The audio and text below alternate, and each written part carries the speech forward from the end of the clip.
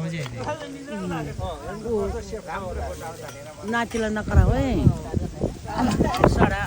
भेची पठाउँछ र हाम्रै घरदेखि ठिक पारिङ र अनि पान्टापुरमा पठाइदियो ल ए हस् किन कराउनु म त बिर्सेको त्यो सम्झाउनु न मलाई म त बिर्सेँ त्यहाँ गर्नु पान्ता हैन गरिन्छ